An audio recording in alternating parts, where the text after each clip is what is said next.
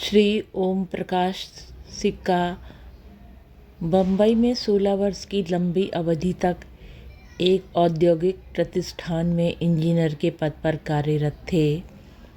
बाद में एक मित्र के साथ मिलकर अपना व्यापार करने का निश्चय किया। इसी उद्देश्य से बम्बई की नौकरी छोड़कर 1988 में दिल्ली आ गए, लेकिन बात नहीं बनी और फिर वे नौकरी की तलाश में निकल पड़े। 1990 में हल्द्वानी आ गए और एक केबल उद्योग में वाइस प्रेसिडेंट बन गए।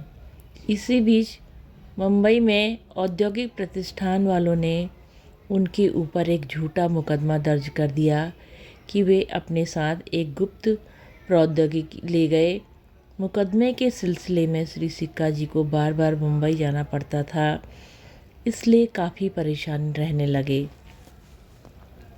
एक दिन श्री सिक्का जी को काफ़ी परेशान देखकर उनके सहायक ने सुझाव दिया कि कैंची जाकर बाबा नीम करोड़ी मंदिर में बाबा जी का दर्शन करें और अपनी परेशानी उन्हें बताएं। बाबा सबकी कठिनाई दूर कर देते हैं, लोगों की मुरादें पूरी करते हैं, लोग उन्हें कंबल भी चढ़ाते हैं। श्री सिक्का जी अपने सहायक के साथ अप्रैल के अंत में कैंची गए। बाबा को प्रणाम किया, श्री सिद्धि माँ के भी दर्शन किए, पर कंबल अर्पण नहीं किया।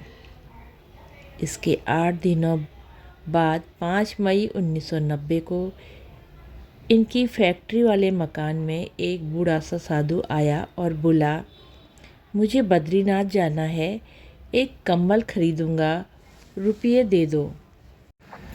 सिक्का जी ने 100 रुपये साधु को देने चाहे, जिस पर साधु ने कहा, 100 रुपये का कोई कंबल आता है। सिक्का जी घर में गए और जो 1100-1200 रुपये थे सब ले आए। जब वे रुपये साधु को देने लगे तो साधु ने उन रुपयों में से 500 रुपये निकाले और बाकी लौटाते हुए कहा, 1 साल बाद ही तेरा फैसला होगा, तू जीत जाएगा, भंडारे में कैंची आना। और साधु गायब हो गया। साधु के अंतर्धान हो जाने के बाद सिक्का जी का माथा ठनका, कहीं ये बाबा तो नहीं थे।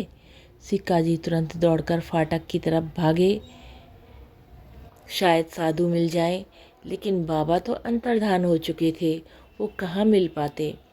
इसके बाद तो वे लगातार कैंची धाम आते रहे, श्री माँ के दर्शन भी करते रहे।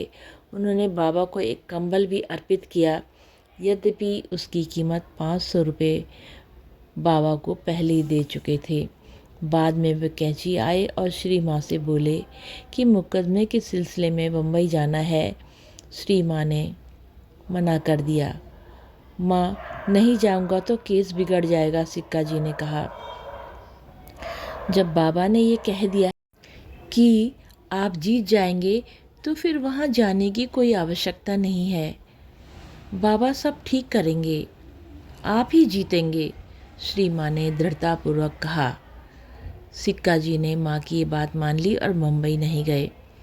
वकील से फ़ोन पर बात कर ली, परंतु ठीक 1 साल बाद 5 मई 1991 को अदालत ने सिक्का जी को निर्दोष साबित करते हुए उनके खिलाफ दाखिल मुकदमा खारिज कर दिया। ये सिक्का जी पर बाबा ने एक और अनुकंपा की। जय हो, नीम करोड़ी बाबा की सदा जय हो, माँ सिद्धि की सदा जय हो। बाबा सदा अपने भक्तों का कल्याण करना प्रभु, कल्याण करना प्रभु। जय हो बाबा, जय हो, सदा ही जय हो।